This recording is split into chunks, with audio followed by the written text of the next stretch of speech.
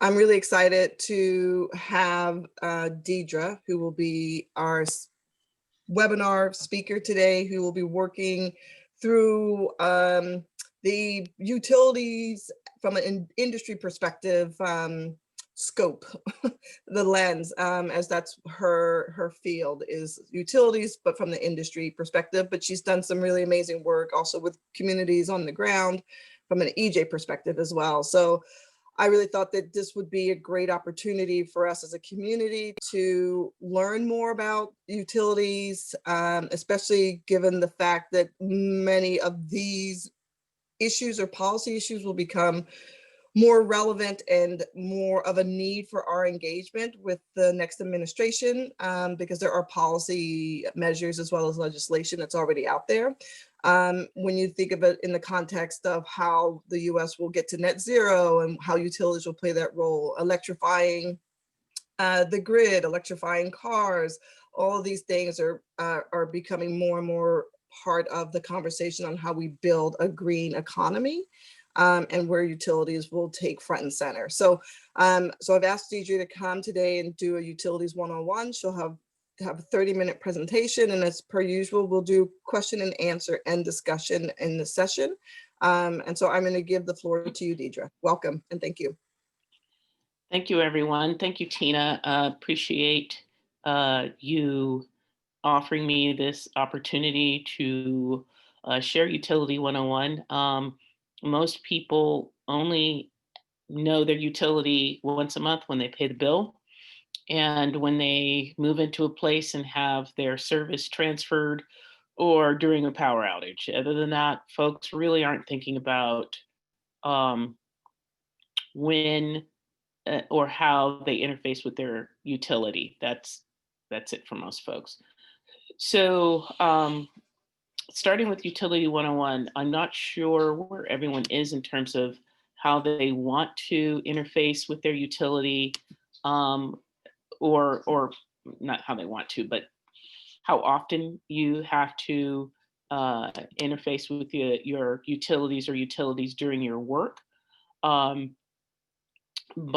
the basic flow of this presentation is going to be the basics. That's why it's, the essentials. And then I'll throw it open to some questions. I'll also give you a case study. So, here's your typical utility infrastructure. Here at the top, to a utility engineer, this is beautiful. For people living in a community, that this is transversing, it is ugly eyesore, and that is part of the overview or the nut of the disconnect, that what is necessary infrastructure for the economy presents some challenges and burdens for communities that host them. If you don't know my general background, before I get in any deeper, I worked for utilities for about the last 20 years. I started at Southern California Edison in the Los Angeles area and worked in their environmental policy and community relations and market research groups as I was going through graduate school. Then I moved to PG&E in about 2007 to become their environmental justice manager. And there I worked specifically as an internal consultant, and all things environmental justice and disadvantaged community related came through me. So whether it was policy for the company, which I revised and rewrote shortly before I left in 2018, or if it's advising on project level work on impact assessments, I did that as well, power purchase agreements, and whether or not we were buying power from third parties that were behaving in ways that we liked or did not like. I weighed in on that and the impact of those projects on our communities. So I know the aspects of how utilities think, where they cite things, why they cite them, how the Public Utilities Commission and the utilities work together. And that's sort of what I'm going to be sharing with you. Well, that's what I will be sharing with you as part of this presentation. Um, I'd like to get through the presentation and then I'll take your questions at the end. Unless there's a burning question that just can't wait, or if it's for clarification, in which case I'll take it during the presentation. Okay, so these are the general topics that I'm going to cover today. And just the overview of municipal public utilities versus investor-owned utilities. What are their mission? What do they define as profit? They all make money, but who's the money made for and how's it used? Regulatory priorities for utilities and for the agencies that provide oversight of them, and also trying to just touch on the future and where I think the opportunities and challenges will be as utilities and regulators, those that regulate them, try to create the utility to serve our needs moving forward. Okay. I just and a thumbs up, please. Can you all see my screen and see the presentation? Yep, it's crystal clear. Yeah. Great. All right, thank you. Okay, so just public municipal utilities versus investor-owned utilities, and here are the key features of each.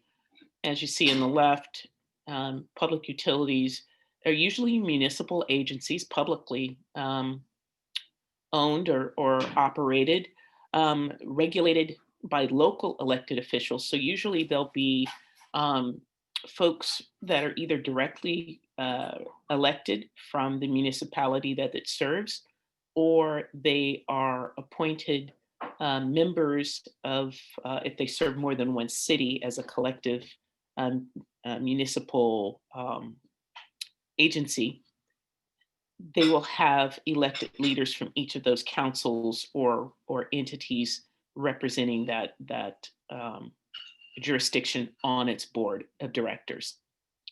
They may have, as a result of this, they may have less formal state oversight.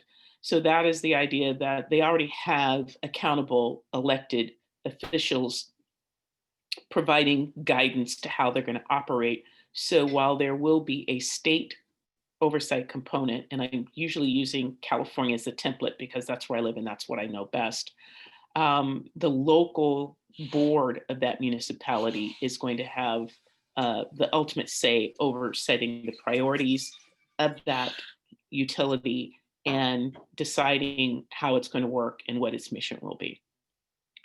And of course, public utility, there are no shareholders, so there are no market cost. There are no shareholders that need to be satisfied or receive dividends, or that the utility has an obligation to create income for these investors. But make no mistake, public utilities do make money. And what they do with their surpluses, we're not going to call them profits for a public agency. What they do with their revenues are often used to subsidize public goods and services of other non-revenue agencies, so that they don't, for example, have to raise local taxes. So, for example, LADWP for years would use revenue from the, or rather the city of Los Angeles would use revenue from Los Angeles Department of Water and Power to pay for trash pickup, to pay for sewage treatment costs, to pay for other public goods, or to subsidize other departments. So it was used as a revenue stream for public goods and services. And then again, the public agency is going to be financed by public mechanisms, so bonds and the rates that people pay. And that, again, back to the board is going to approve the rate structure and rates that their residents pay. So as for investor-owned utilities, they're publicly traded, regulated monopolies. So they are subject to SEC rules, and there are certain obligations that they have to create value for their shareholders. They're usually regulated by state agencies. So in California, it's the uh,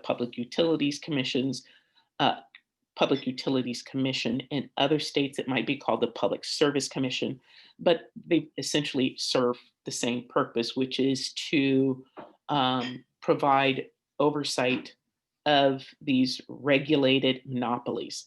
And the reason why, I'll get to a moment of why they are allowed to be monopolies, but let me go through this list first. The regulation tends to be formal and more extensive, and very procedurally driven. Uh, the investor-owned utilities, as mentioned earlier, have an obligation to generate shareholder profit, and the profit generated by regulator-approved return on investment and/or rates. So in California, they've done what they've, and many other states, they've done what they call decoupling.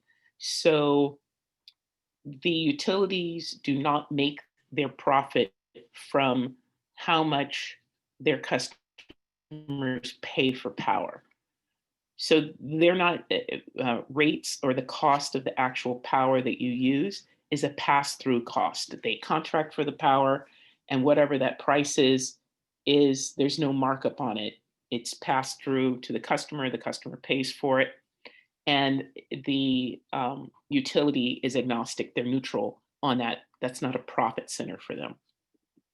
And the reason why this was done is to reduce the incentive for utilities to keep trying to get uh, more and more profit directly from the customer in a rate. Instead, um, utilities earn their profit from other agreed upon activities with the regulator, the Utilities Commission. So, for example, they will invest in new equipment and infrastructure to ensure system reliability. And as a result of that, they are allowed to have a return on investment from the depreciation of that equipment. And that is an agreed upon rate of return. So 3%, 5%, 7%. And that rate of return is then collected from the ratepayers in the system, and it is guaranteed money over a certain period of time. The Utilities Commission will then say, yes, you've asked for 12% on the rate of return. Utility, no, we're not going to allow that. We will allow you a 4% or a 7% rate of return over X period of years, and then you stop making your money on that project or venture. In California, and I think increasingly in other states, there is utilities are allowed to make some profit over increased energy efficiency. So it's counterintuitive, but by getting the customer to use less power, they're allowed to recover a certain amount of profit based on the percentage of reduction of use of electricity that they've achieved in their system from energy efficiency efforts. And that is a bit of a mystery how that works, through a tariff or some other flat assessment on the utility bill. But when they show that they can recover or rather reduce the usage of electricity, they're allowed to have a rate of return on that. Finally, investor-owned utilities are financed by shareholders and through rates and financial markets. Falling behind, so I'll move forward. Regulatory priorities. An IOU has a license to operate, which is determined by its delivery of safe, reliable, affordable, and increasingly required clean electricity and gas. We can debate over what clean gas is, but there's a whole movement about renewable gas. But when a utility does not fulfill its obligation and license to operate, then it can have that removed. So the reason why they are monopolies is because the utility business is incredibly capital intensive, and in order to get the investment, then companies need to have certainty about the rate of return and profitability of their investment before they make it.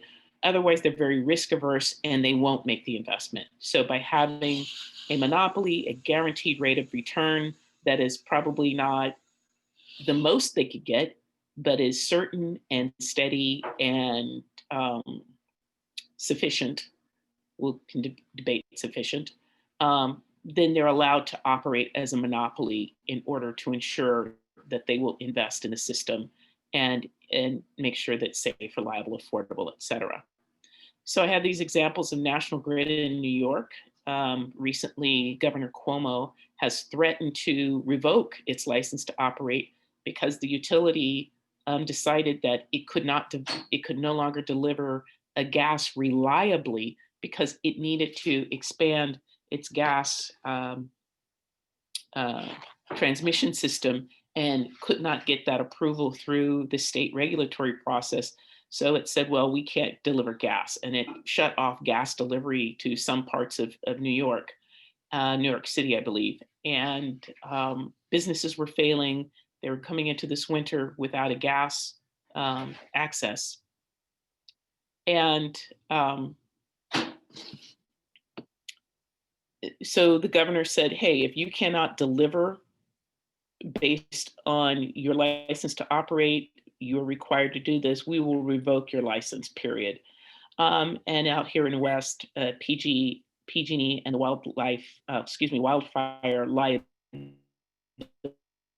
liability issues, our obligation to operate a safe net, they have been unable to do so, their equipment being found responsible for a few wildfires that were incredibly destructive in the state.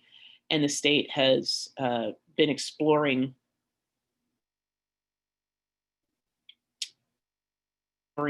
taking over or making the PG&E system public, which would be disastrous for them, of course, because everything is about capital infrastructure, return on investment. And they would lose that entire system through municipalization or selling it off. Know that utilities either produce power or buy and deliver power from third parties on their electric and gas systems. So utility poles can be used by third parties to, like telecom, to carry broadband, or they might share their right of way with a water agency to put pipe in or gas. Most costs are in operations. And I already talked about the guaranteed rate of return. Rates and programs, these are negotiated by utilities as described earlier. And programs are generally funded by ratepayers on their bill. So if you look at the bottom of your bill, the fine print on the back or the bottom, you'll see a list of programs or tariffs that pay for things like energy efficiency programs or residential solar rebate programs or whatever else the utility is directed to finance that's not part of their core operations, that they're directed to finance by the Public Utilities Commission, there will be a charge for that service on your bill. Okay. Let me just pause here because I'm kind of time critical at this point and ask if there are, trying to find the chat. You have 10 minutes in this session, so you have 10 more minutes. Okay. We started 5 after, so you're good. And we Okay, have great. for questions and answers, and people can put things in the chat. So keep going. You're doing great. Okay, great. Thanks. So this is one of the hot button issues, permits. And I have been in discussions with EJ community folks for often about their outrage over how a utility or some other industry wants to come in their community, and they always get their permit. And the community comes out and they say, no, we don't want this. And they say, but the permit's always issued. So this is how this happens. As I mentioned before, utility infrastructure and projects are incredibly expensive, time consuming, and utilities, as a result, are very risk averse. They don't want to spend money or make an investment that may fail or result in stranded cost. So they are not going to apply for a permit that they don't believe that they can get. So we're talking, what we're talking about is maybe a year or years, months in preparation to apply for the permit, several projects that they are reviewing.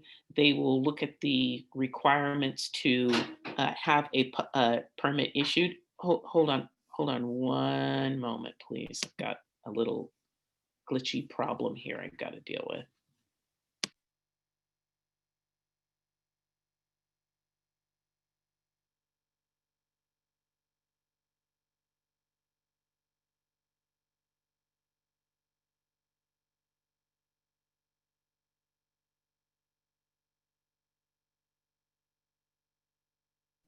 Okay, thank you. And what happens is they've made the investment in, they make the application, excuse me, after they've already determined that they will get the permit, they have met the requirements of the permit, and then they apply for the permit. So what you see in terms of the application process, there's this whole stuff that happens behind the curtain that they've made sure that they've met the terms of the permit before they even apply for it. If an applicant meets the requirements for a permit, the agency must issue the permit. So communities, like, what point do we engage to let them know that this is not desirable, we don't want it, it's not a good thing for us, we object, we don't like how it's designed. If it's already been predetermined, not predetermined, but they've already met the permit conditions, and then when they say they want a public meeting, is this really to get community input, or is it just stuff around the edges that we can influence, or the actual project itself? So this is really critically important, that in the permitting process, communities need to understand how it happens and have relationships with agencies and the utilities, that they are brought into conversation when the utility first starts thinking about applying for a permit, before they've applied, and when they're early in the process, so that they can influence what actually happens when the permit, or before the permit is issued. Because unless the community and the regulators agree that the project is not needed, There will be a project and it will be somewhere. So just know that. The reason why I put this picture here on the left is that's not a house, that's a substation. And not all substations in all communities, not all equipment in all communities are designed or look the same. So where in some community, a facility could be designed that is just industrial uh, gravel with chain link around it and some slats and high voltage stay out. Another community might get something that's more textured, more discreet, less intrusive. And here we have an example of that. This is in the DC area, in urban Washington, DC. I don't know the exact location, but it's a substation that's been made to look like a house. So I want to give you this case study real quick of a project that I helped communities engage with in Fairmont Heights in New Jersey. Fairmont Heights, about 5 or 6 years ago, had just completed a community development plan, and it was approved by the city of Newark. It was led by the Essex County Urban League. And shortly after that, they found out through their local utility, PSE&G, that they were identified as the site of a new switching station that PSE&G was required to build in the wake of Superstorm Sandy and that destruction, that they had to move this switching station. So picture on the left, the community comes out and says, no, we have a community development plan for this 5 acres in our community, which is 84% African American, largely low income. And they came together to put together this community development plan, and nowhere in their community development plan was there a switching station. So they came out to protest, and they subsequently learned through this process that decisions had already been made. The imperative for system reliability was going to overcome their local concerns about the impact on their community.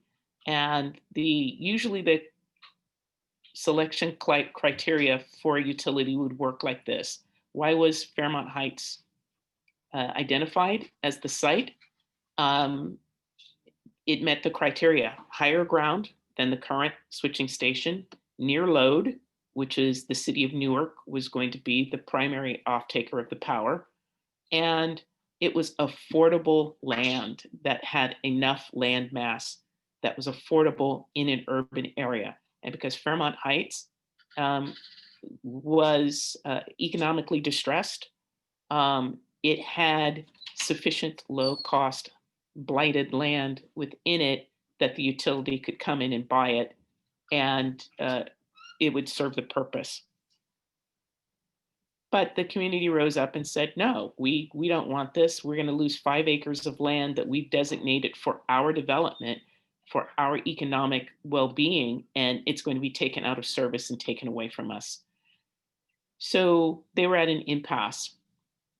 And a mutual colleague at US EPA reached out to me while I was working for another utility and asked me if I would, talk to them on how to deal with this situation. So I got in contact with Vivian Cox Fraser at the Urban League, and she was very concerned that the community was being rolled, that any attempts at talking to PSE&G and the Utilities Commission or the Public Service Commission in New Jersey would, look bad for the leadership. They were not sellouts, but they were in a tough situation where they were going to have some facility imposed on them with absolutely no benefit whatsoever to the community. So we talked about how to talk to the utility. So I want you to see the middle photo is the original design of the substation. It was just going to be this concrete dead space in the middle of the community. And what they ended up with, yes, they did get a switching station, but they also were able to negotiate direct investment for the fence line community.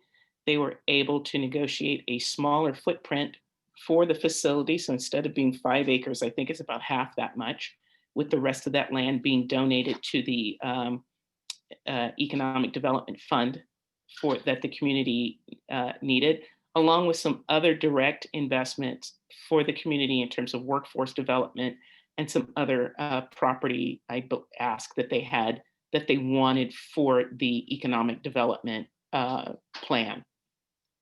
So while they did get a switching station, they were able to get some things that the community needed and financing that they needed as a result that they wouldn't have gotten otherwise. They would have just gotten 5 acres of concrete and lost all economic productivity for the community for this land. So we talk about transformation. Over time. I'll take these mostly in the Q&A, but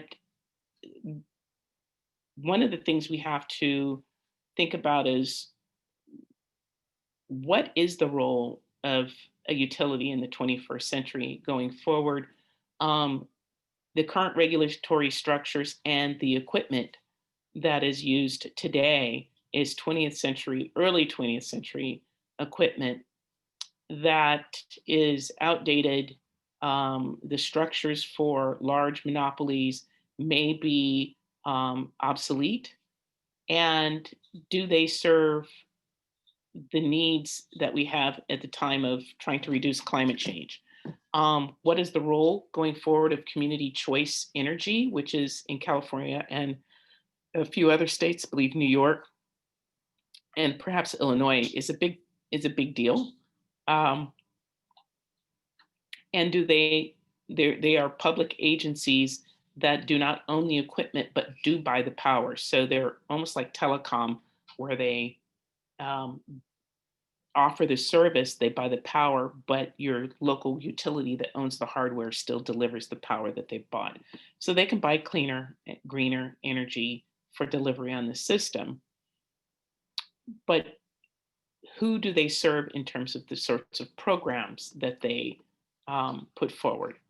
And the choices that they make on investment priorities, say for electric vehicle infrastructure or energy efficiency or residential solar or even community solar. Is that viable and can they do it? What does it mean to have a just transition for work and climate at a time when we need to ensure climate justice considerations? So what that could look like is anecdotally, we see that a large percentage of gas system workers are people of color, African American labor, and these are great jobs. But we are also being told and seeing policies passed to phase out using gas and for these gas systems. So what does this mean for Black workers who are may be disproportionately represented in these systems rather than the electric system? And then let's talk about power to the people. What does it look like to have distributed energy systems? Who owns them? Who finances them? Is there equity in access to the development of these systems? Another question, what does it mean to have ratepayers leave the electric system?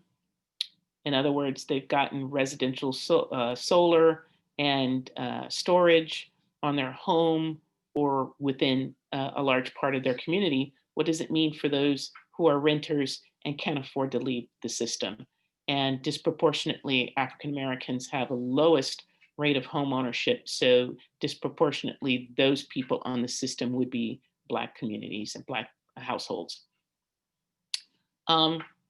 Questions for the future that are to be discussed, questions that I encourage you to raise with your public service and public utilities commissions and commissioners and your utilities, and that you ensure that the interest of your communities are represented and dealt with fairly in their decision making and their investment choices.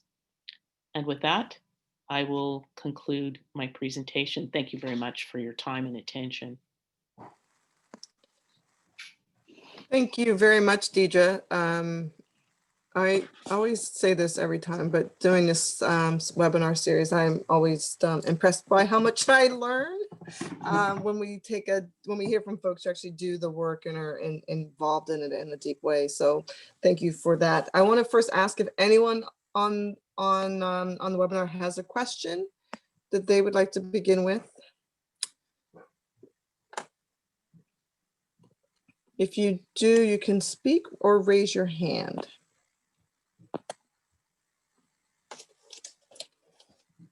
I always ask that question first because I always have questions. So I actually wanted to ask you about the permitting process, because that historically, as you know, and as you present it, is one of the biggest challenges in communities. Like, I don't know if you're aware of the situation in New Orleans last year, over the last 2 years, with Dominion Energy, where they hired folks to come in and to represent the community, but they were actors who were actually speaking on behalf of of Entergy, not Dominion, sorry, Entergy, speaking on behalf of the community. There was a lawsuit that was actually one of our members, the Deep South Center for Environmental Justice, Monique Harden, had taken on with some other organizations, I think the Sierra Club and Earth Justice and others, to push back. But this was a question about permitting, how they could be given a permit when there were already so many pollutants and issues around the emissions by their infrastructure. I don't know what you call them, their infrastructure. I'll just call it infrastructure.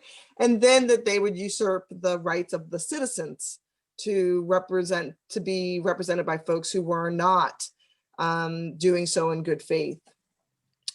So these are the challenges, right? This is what's happening. Yeah. And what are the ways, or how can a community change this? I mean, is there a path to changing this, or Yeah, this is, wow, I didn't know about that situation, but I will say that that's ridiculous. That's not a good thing.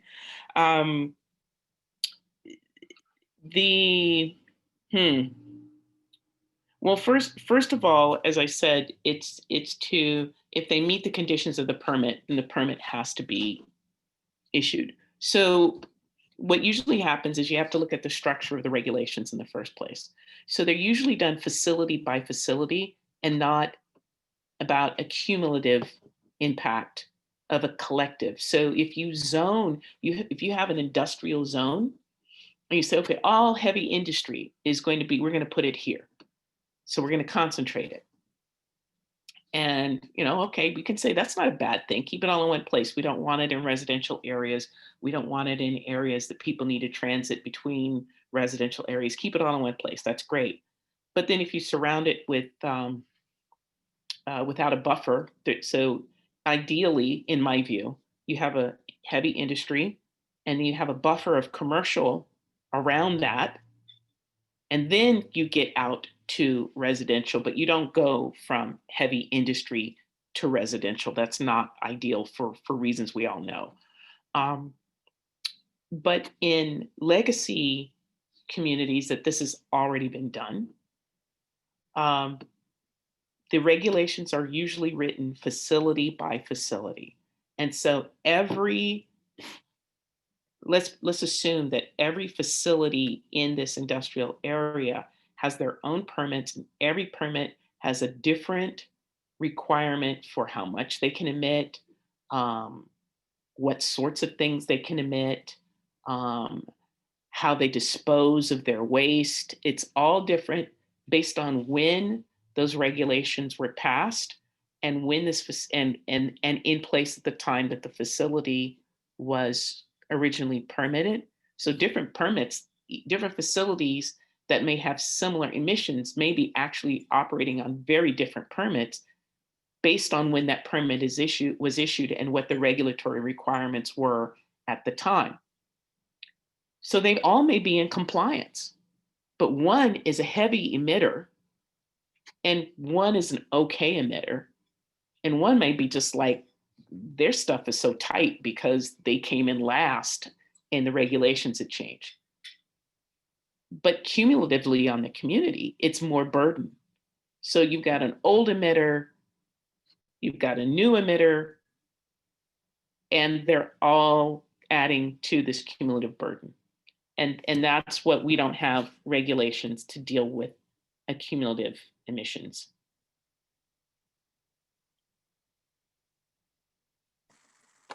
Thank you.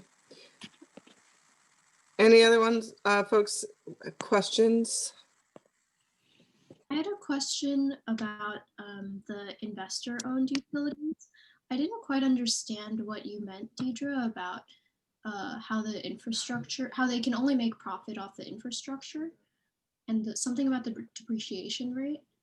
Yeah, so I didn't say they could only, I said one of the ways they could make is off of their capital investment, so rate of return on the capital investment, and what they call depreciation. So basically, I'm able to claim so much money for the cost of my investment plus whatever interest I have to pay, plus whatever else they can say that makes sense in terms of I'm not a financial person. So whatever makes sense in terms of this is what it cost us to build it. There's an opportunity cost over time because of interest and depreciation. We should be able to recoup that plus a little more.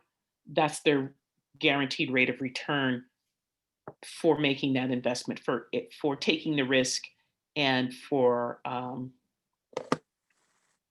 basically getting the money together that may be borrowed money. Now they got to pay it back. So that plus the profit. So that's their guaranteed rate of return on the capital investment. And then there's just the old-fashioned way of making money is I bought power for everyone at 2 cents a kilowatt hour. But because of my own internal cost and needs and these programs that we have to finance and these other things that are required of us for system maintenance and other, the rate that my customer actually pays at retail might be 7 cents a kilowatt hour. And that 4 cents a kilowatt hour includes cost and profit.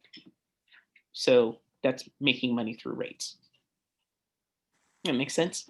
Yeah, thank you. Yeah. Okay. Anyone else?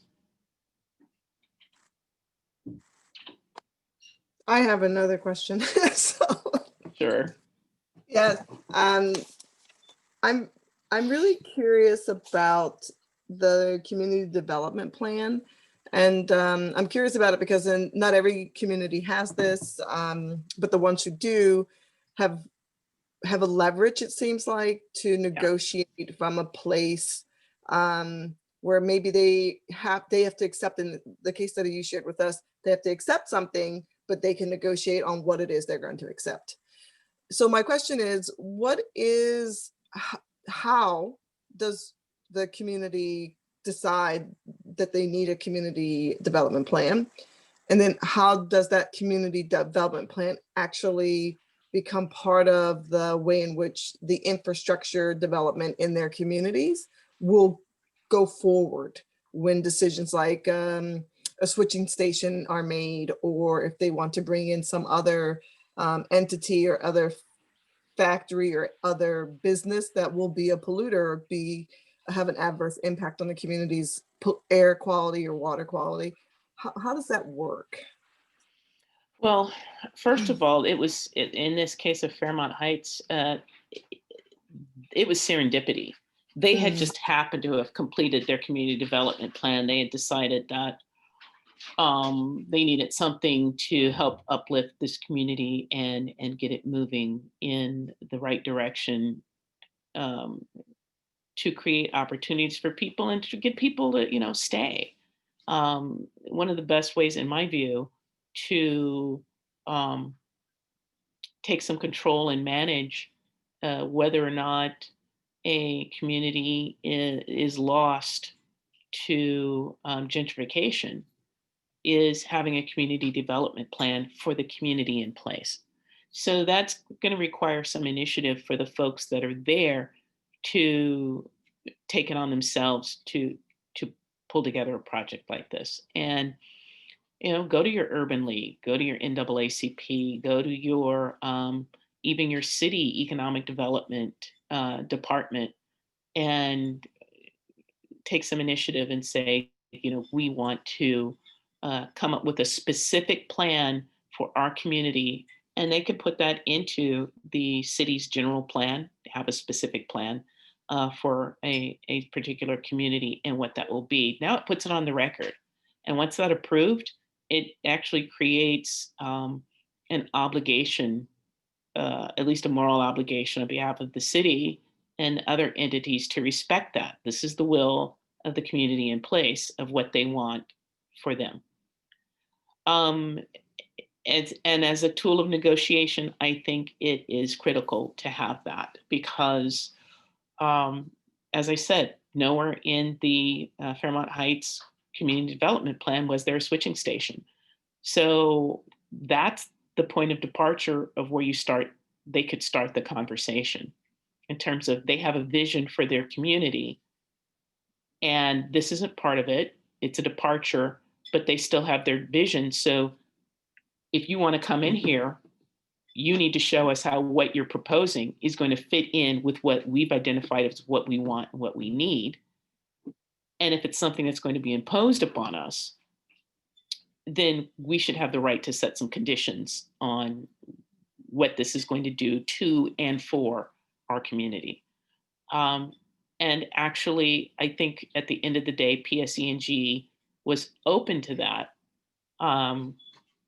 because, frankly, at the end of the day, they can claim that they worked with the community. They don't want to be seen in an adversarial posture with the community because that then goes to the Public Service Commission and creates a whole negative dynamic for the utility. So let's call it friction. They want to avoid friction. And the old ways of doing it, which is what you described in New Orleans, that's the old way. That is not the way um, uh, to be effective in the long run. What that's going to do, in my view, is create more friction for them in other projects going forward. Whereas if you can provide things that your fence line community needs, that's good. So let me give an example. If it were me in the utility and I'm on the public affairs side and I'm going to speak to a community about why this project is necessary and good, your utility might say something like, oh, you're all going to benefit from that. You're going to have increased reliability. It's going to keep your rates low. And this is really a good thing for your community that we're going to build this. Well, I'll flip that around and say, if I'm a community person, I might say, well, what you're giving me is you're giving me a specific burden on my community as the host, and everybody else gets the benefit of it. I don't get any more benefit than anybody else from lower rates or better reliability than somebody that doesn't have the facility. So really specifically, I'll just say I want all of the benefits without the facility. So just put it, go somewhere else with it, and I'll still get all of those things that you said, but without having to have the facility. Tina, if I can, it's Joe Womack. Let me say Yep. say something about the community plan. In Africa Town, it's one of the best things we've ever had. And I remember years ago, I went to our community, our city development director, community development director, and we were talking about what we wanted in the community. And he said, "Joe, what you need is a plan." And so he talked to our counselor and the other city councilors and got them to pay for a plan, Yep. to pay for a consultant. So they paid for it, and the consultant conducted charrettes around the community over a 6-month period. And of the about 2,000 people in the community, about 600 or 700 participated. Wow. And so the plan was completed. It was approved by the Mobile Planning Commission. Hmm. But a lot of big people in the Chamber of Commerce saw it and stuff, and they didn't like it. And so it's never been approved by the city. But we're working on that. But we still utilize the plan, and and the big part of the plan is the people said that they didn't want any more industrial intrusion into the community. And so we use that line a lot whenever people trying to get stuff rezoned. But the biggest thing that I found, other than that, is the fact that before we had the plan that was, approved by the community, and more than a third of the people participated. Whenever you went to speak before the council, anyone, they would look around the room and say, "Hey, Joe, you only got 3 or 4 people with you." But now when I speak, first thing I do is pull out the plan, and I say, I'm not speaking for myself, but this is the whole community. This is what the community says. This is the plan, and I'm just helping you all remember the plan. And but this is the whole community that's speaking. And if you don't have a plan, I'll give you my copy. That's beautiful. Yeah, and so That- it's been great for us. So to follow up with just what you just said and what both of you have just said, is there potentially a way to have this be like a national campaign to, because it seems like a lot of communities don't even know, like Joe just mentioned, like he didn't know and someone said you need this. But is there a way to create a national effort movement around getting communities to learn about this, engage in this, so that it can empower them? Because I think that's one of the biggest setbacks for folks, is that they feel disempowered when it comes to gentrification, where rezoning occurs. So has that happened previously? Is it something that we should be considering? And I'm thinking about this because we're a national network. Or is that ineffective? Is it really something that should be driven by the community? So just really curious about what you both think. Well, one thing I found out that other communities already had a plan, and the white communities already had a plan. Most underserved Black community don't have a plan. They don't even know about it.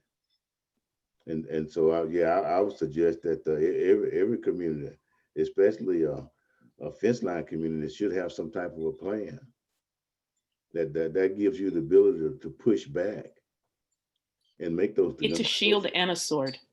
It's a shield and a sword.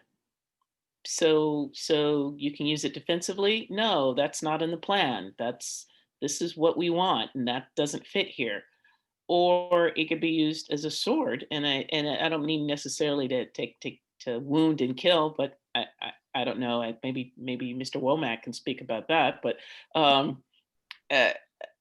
what it can be used for is to select. This is what we want.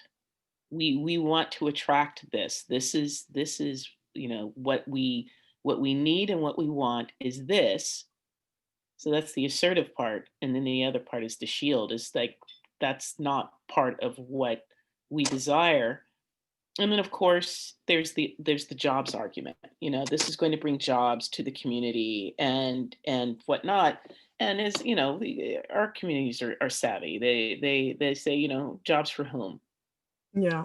How many jobs, and jobs for whom, and are they safe? Are these jobs that we want?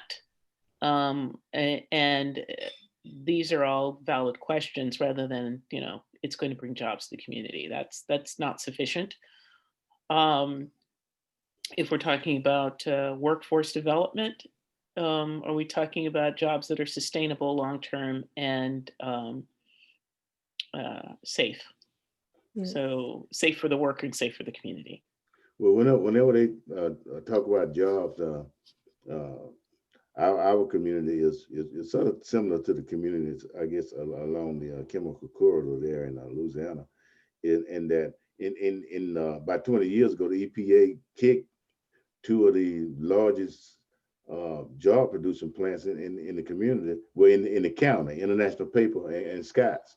They had polluted the area for 70 years, and they told them to either clean up the effluent facilities and spend money or leave. So they chose to leave.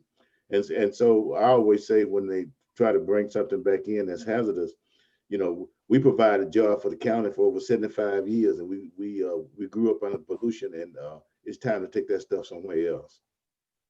And that's what the EJ doctrine said. You cannot keep harping on these underserved communities with these toxic facilities and make them pay the burden over and over, year in and year out. You know, we paid our price for 75 years, so take that stuff somewhere else.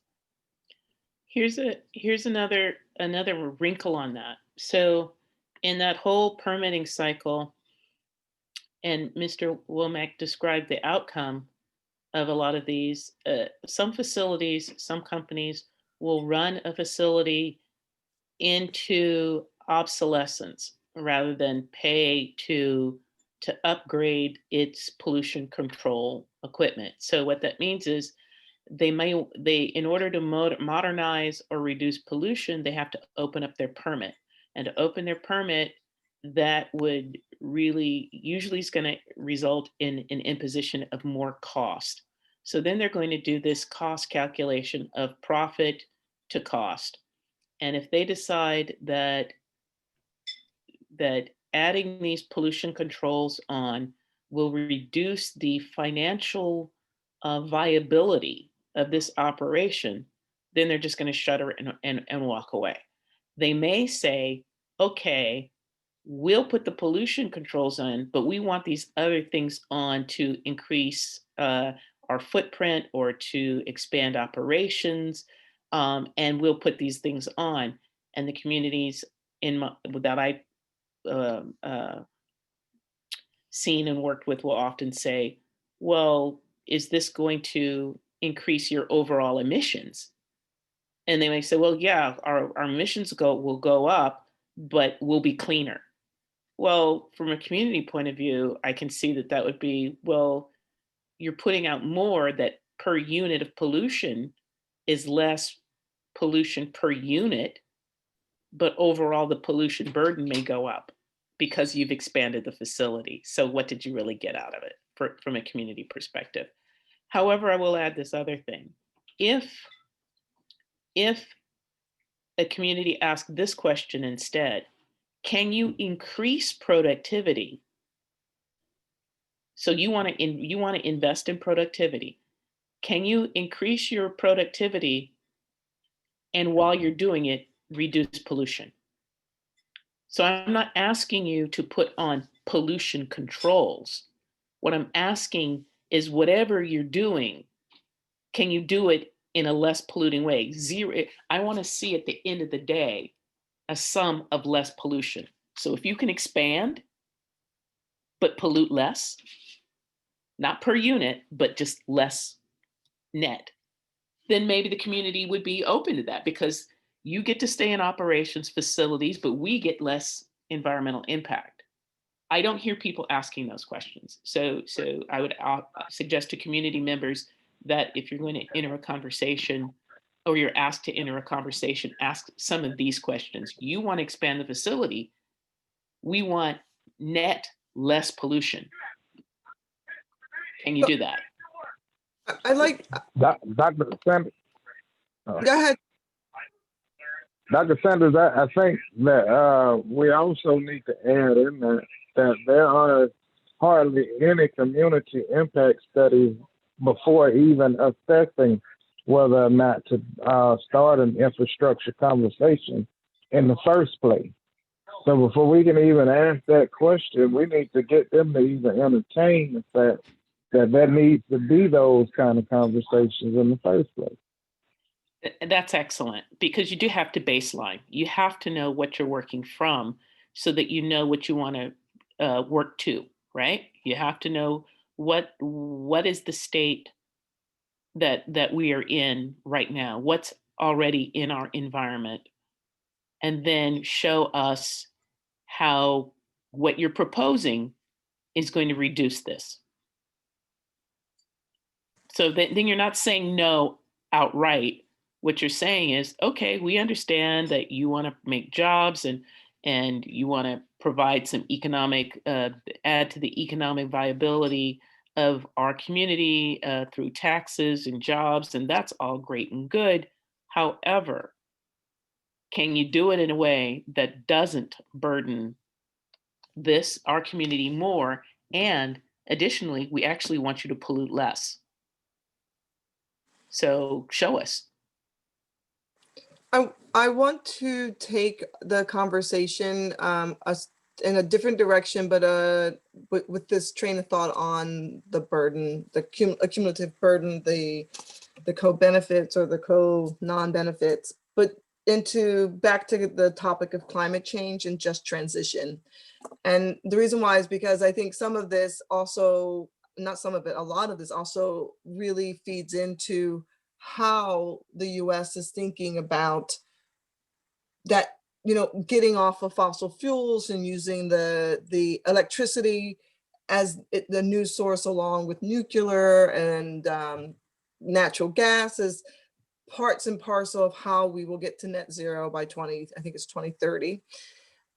But this question of how we get there with utilities electrifying things, and how that just transition, not in jobs, but the just transition of how can we do that and still have the benefit go to the communities who would ultimately be asked to pay a higher amount for their utility bill, the energy usage, because it will be more expensive. But this burden, like so we move from one energy source, or we want into another one. We've not fixed this current issue of permitting. We haven't fixed this current issue of load or location. And now we're saying, and we're going to address climate change with this, and you're going to be asked to pay more for the services.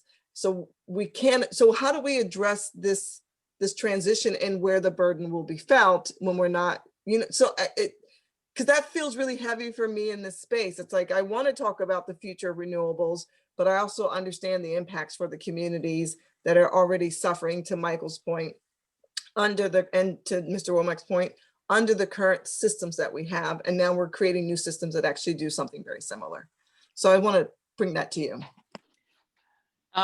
Okay, I'm going to speak specifically here, because this is kind of where the rubber meets the road, and this is an example of how the current regulatory structure and state of our current infrastructure, based on legacy, discriminatory decision making, all shows up in, as Tina already stated so well, the future that we're being given is already being shaped by where we are in our past. So let's talk about electric vehicle charging infrastructure. And we want to move everyone to electric vehicles. And in order to make this viable, no community can be left behind. So most of the new infrastructure that can support vehicle charging is in newer communities that are more affluent than our communities, that are older communities with older infrastructure. So it is easier and cheaper, as a result, to install electric vehicle charging infrastructure in newer, more affluent areas. It is expensive to do so in older communities with older infrastructure, because these communities need infrastructure upgrades. So let's talk about whether or not older communities are prioritized for infrastructure upgrades, And, what is the utilities and their regulatory agency, because a lot of the decisions a utility makes are going to be driven by the priorities given them by the utility commission, service commission. So if the service commission says, look, we want you to install 5,000 chargers this year, and you have a budget that we're going to approve of only X million dollars to do it. So the utility is going to look at that and say, okay, where can we install these chargers most cost effectively? And that's water seeks its own level. So it's going to go, sorry for the mixed metaphor, electricity and water, but it's going to find its way to there. Well, if they see that a low income community in South LA is got infrastructure that was originally built in the 1930s of above ground wires that haven't been underground, and they're still dealing with have transformers on poles that are 50, 60 years old that can't handle the load, and so before they can put in the charging stations, they got to put in new transformers, and the transformers need to be of a certain type, and the system in that area was built prior to that standard. So now they've got to go change and retrofit that. The costs have just gone up hugely. So they're not going to look to put that there as a priority. And as a result, the communities that are going to be most affected by climate change, that are going to be least able to adapt, that are going to be left on these electric systems to pay subsidies and pay for these tariffs, that are going to pay for this system, it's going to be built elsewhere. It's not going to be built in the communities or prioritized for communities that everybody pays for them, but not everybody's going to be prioritized to get them. These are the questions that, if you want and are expecting investments in your community, and you're told, well, everybody's going to get it, you're going to say, what are your criteria for selecting a community? Because I know of a few projects right now in South LA that cannot be built for electric vehicle infrastructure because the utility says they can't get to them for 6 months. First, they said 2 years. We can't get to you for 2 years. Then when there was a pushback, they said, well, we'll get to you in like 6 months. Well, the problem with that is that the funding mechanisms have a much shorter cycle, and they're all thrown into one pot. So the affluent community that they can put this on the system right now is going to get the subsidy money. And the community that has that needs more infrastructure upgrade work, they can't get the money. The money's all gone by the time they can get the infrastructure work done, and there might not be more, or there might not be enough. I know that's kind of deep in the weeds, but I wanted you to get a sense, in a practical sense, of what the obstacles are and the questions you have to ask of your utility and your public service commission.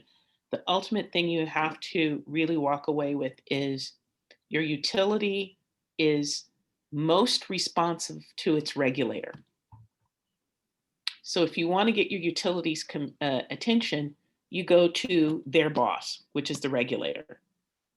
And you tell the regulator, we're not getting this, we're not prioritized. The utility says, well, we're just following the criteria that the Utilities Commission, the Public Service Commission gave us. Okay, then you go to the Public Service Commission. They go, well, the utility told us they can't do this for 2 years. Well, you can't keep having this. So I suggest you want to have these conversations.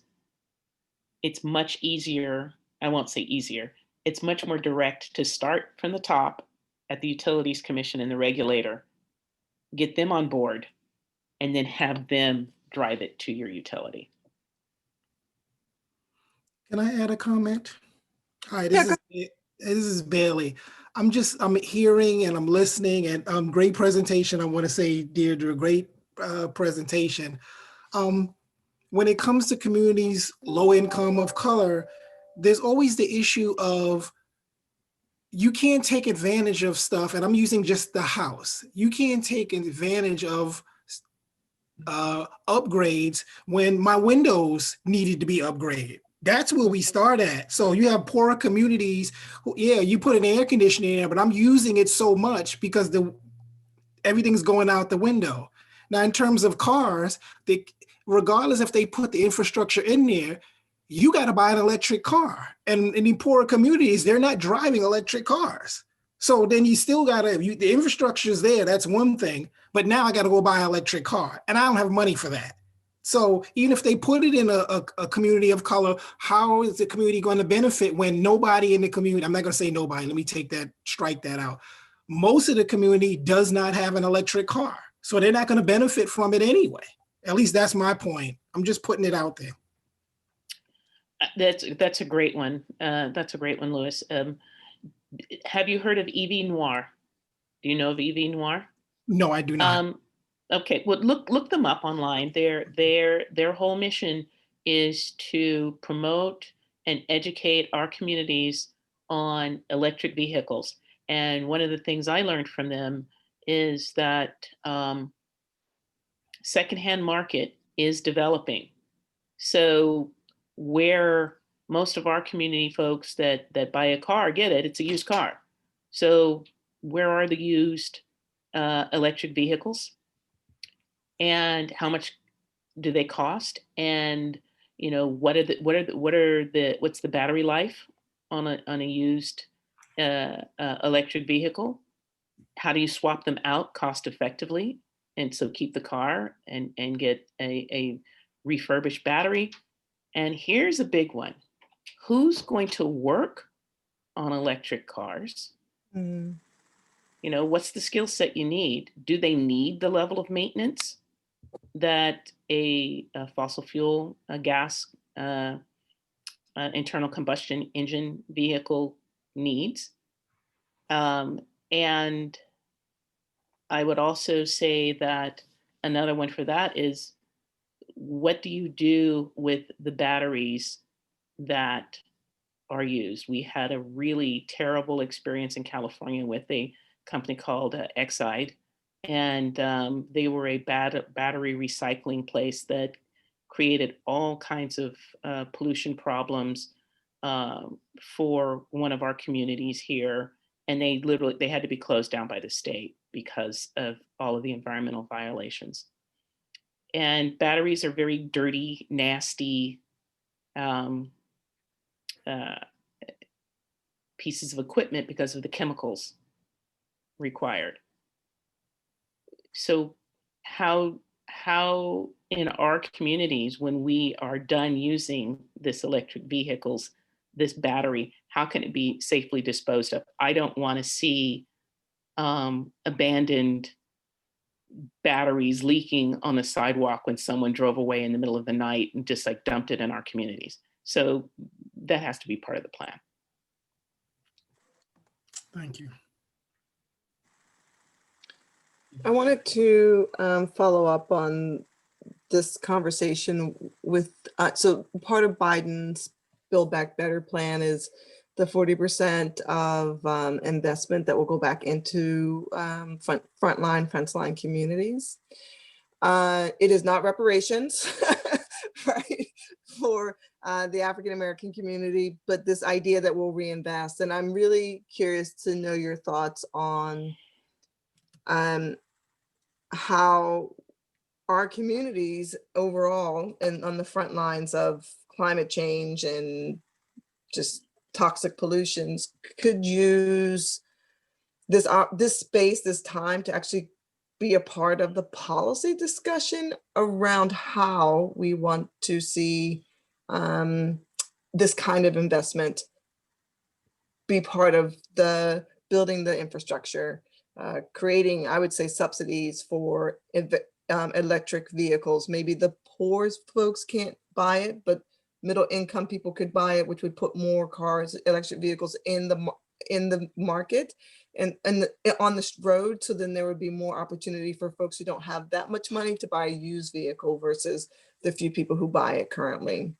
But where are have you thought about sort of where there might be opportunities for us to actually really help to decide and determine how those investment dollars would go back into the community as far as it's pertain to like utilities and infrastructure development? I'm putting you on the spot. Yes, well, great questions, Tina. One of the things that I believe is we shouldn't let the perfect be the enemy of the good. And ultimately, our goal, I think, should be the reduction of environmental pollutants in our communities as soon as we can start to achieve them. And so, in my view, I don't consider natural gas to be horrible. We need to walk away from it and just stop using it right now. Because for the reasons I just told you earlier with the example about what's coming into our community and when they're going to actually get to our community with some of this, that actually means that our communities are not going to be early adopters, or we're going to get the stuff late. And so in the meantime, we're still going to be dealing with whatever's on the road. So if that's a diesel motor, then coming up and down the street, then that's what we're dealing with. So let's start with our mass transportation. To Lewis's question before and what you just said about we all can't afford electric vehicles. We have a large percentage of our communities that don't own cars and aren't going to. So, but they do have to wait at the bus stop. And they do have to live in communities along transportation routes where trucks are going up and down, or near where in communities that are near warehouse distribution centers or ports. So let's talk about the vehicles that come in and out of there. So can we get to compressed natural gas buses? Can we get to electric buses? And who's going to fund them? And what are the funding mechanisms for them? Maybe we should be talking to the Biden administration about that, not just about single passenger cars and how do we get more middle-class families, but really for our communities that rely on mass transit in urban areas with high pollution burden. How do we get electric buses out there to serve them in a cost-effective way with the infrastructure? These bus depots are in the same communities that they're telling people you need to wait 2 years to get the infrastructure fixed. That's not acceptable. So let's start with those things. So we have communities here in California. I think Transform is one that looks at mass transit and how do we move our communities around in clean transportation modes. So I think we should start there. I think we should start with looking at a goods movement and the warehouse distribution centers and looking at them for how they're located, the logistics of distribution overlaid with where our population centers are, and talk to the Biden administration about, let's talk about prioritizing these things. So I'm giving away to you all of my money ideas that as a consultant, I'd just want to get paid for, but I have white folks asking me these same questions and they want the information for free. So I'm going to give it to the National Black Environmental Justice Network. So this is your freebie. So Yeah. This is your freebie. Yeah. And I Thank just you. want to add that, and I'm originally from New York City, even though I live in Virginia, and the MTA there is having issues. One, I grew up in Harlem, so we have 5 of the 7 in New York City based in Harlem, 5 bus depots. There you But go. the transportation issue is New York City has long bus routes. So they're trying to figure out a way of how do you get the electric bus from point A to point B, which is very long.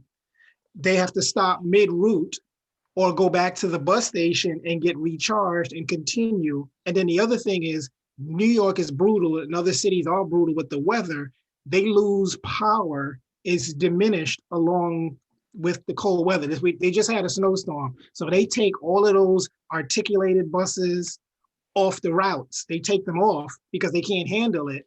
But Yeah, they're all, yeah. they take them off the route.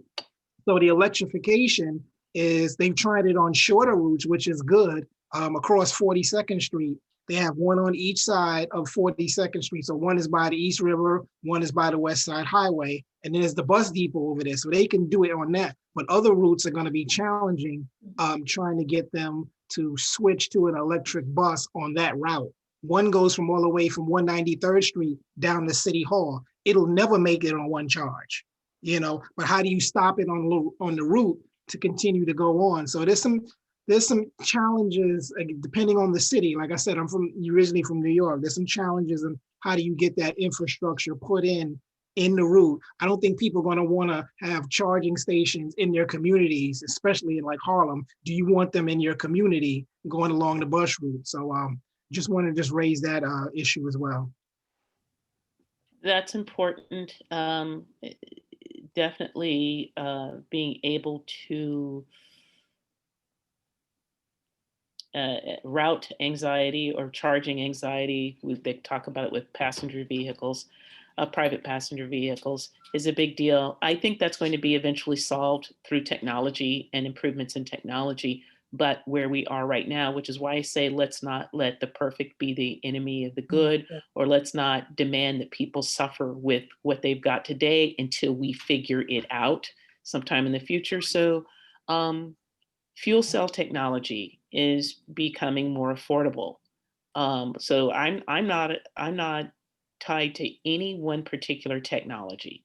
I don't want to be all in on one and lose out on the other. I will use the example of in the 50s, we had the development of a prototype plane, a bomber, that was this huge silver wing.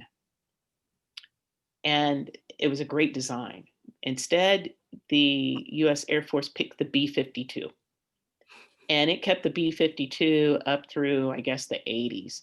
And they replaced it with this other bomber. I forget what it's called, but it's I think the first one was the SR-71. It was kind of this really sleek looking design.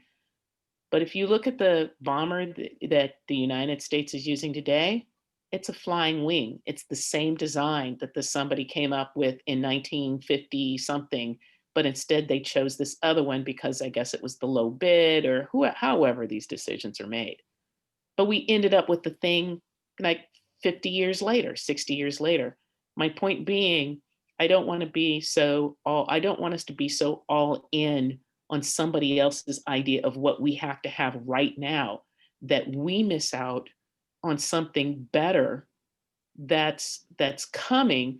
I don't think we should turn our nose up at interim technologies like compressed natural gas in a bus route, because for the people standing on the curb waiting for the bus and it's freaking cold out and then you got this smelly diesel or whatever showing up at the curb, that's what you're dealing with. So people say, oh, well, we don't want to encourage natural gas.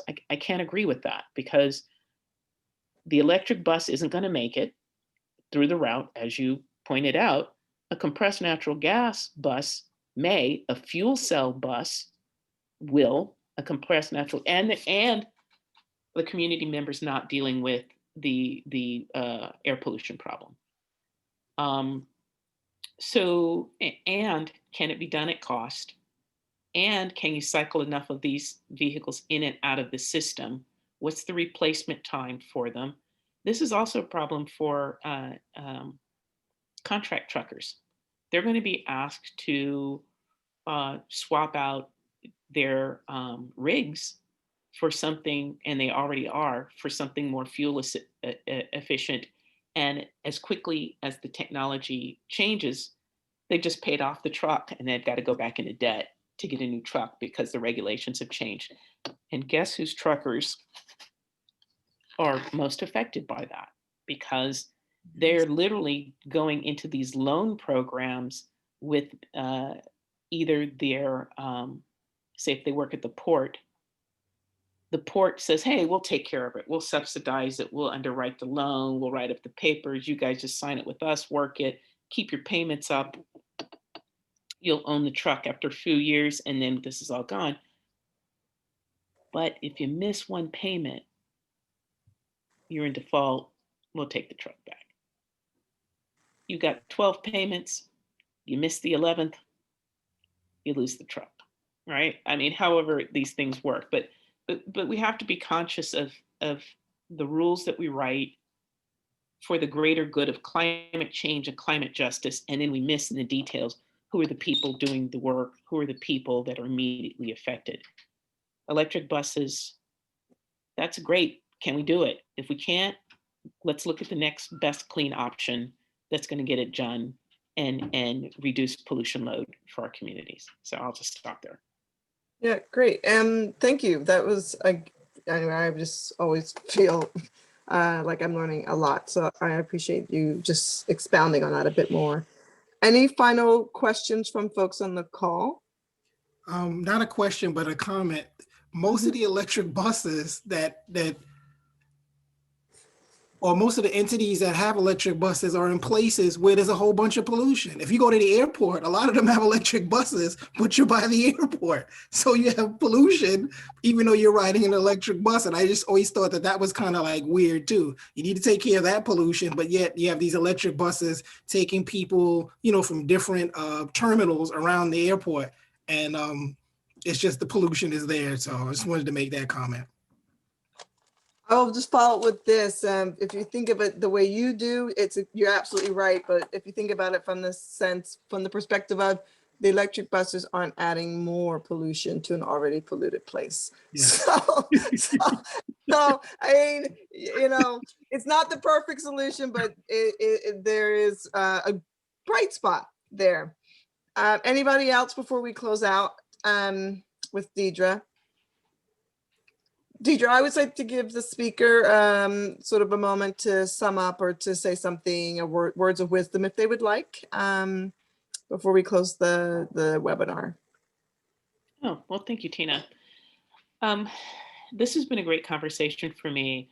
I don't usually get to speak directly to our frontline folks.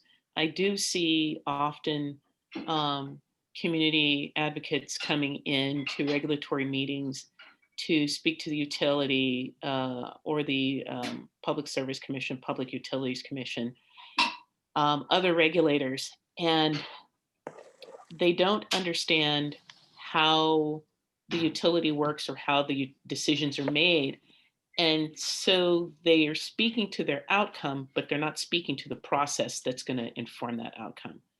And so the more you can educate yourselves on how to speak and understanding what the motives are, the better you'll do. So I want to leave you with this thought about utilities and about large industry, capital intensive efforts.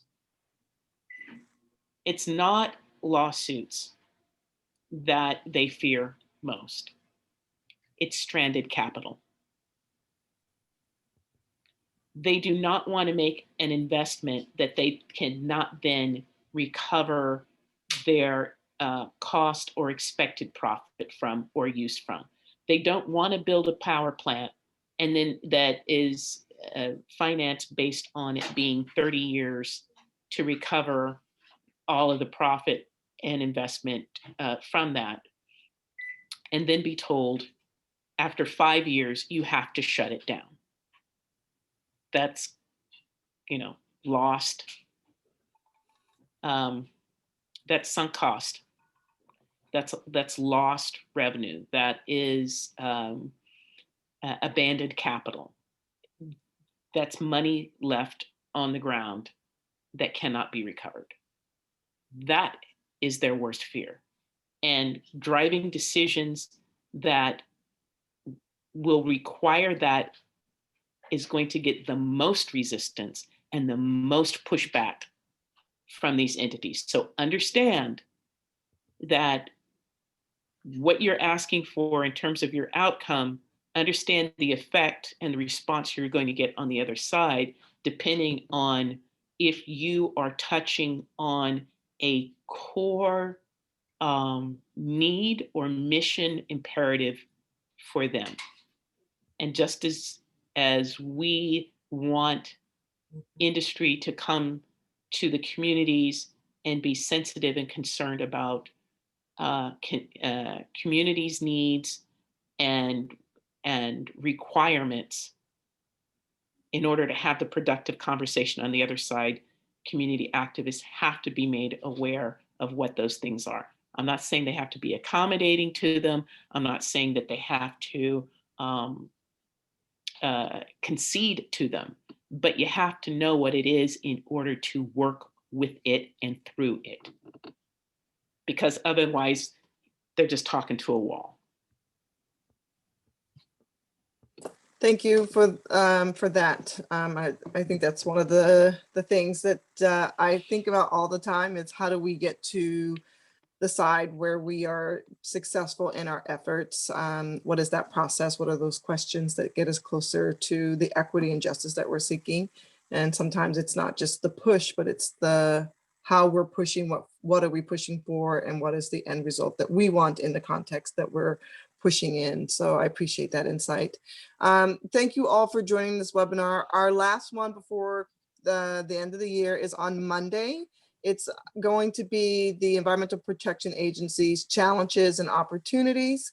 And we actually have 2 speakers that will be joining us. And so it should be really good since this is a big deal. And if you don't know, Michael Regan from North Carolina was selected to be the EPA administrator just about an hour and a half ago. It was released. So I don't know him personally, but seems like a good choice and an opportunity for us to work with someone on Clean Air Act and Clean Water Act and other regulations. So just to give you that final update. But thank you, Dr. Sandra Saunders, for your time, your expertise, and your willingness to share. And thank you to everyone who participated today. Have a great day, have a great weekend, and have a great holiday if I don't see you on Monday. Bye, Be well, everyone. everyone. Hey, Tina, just to let you know, I don't know if you knew this one as well, but Deb Holland has been named as the Department of Infrastructure.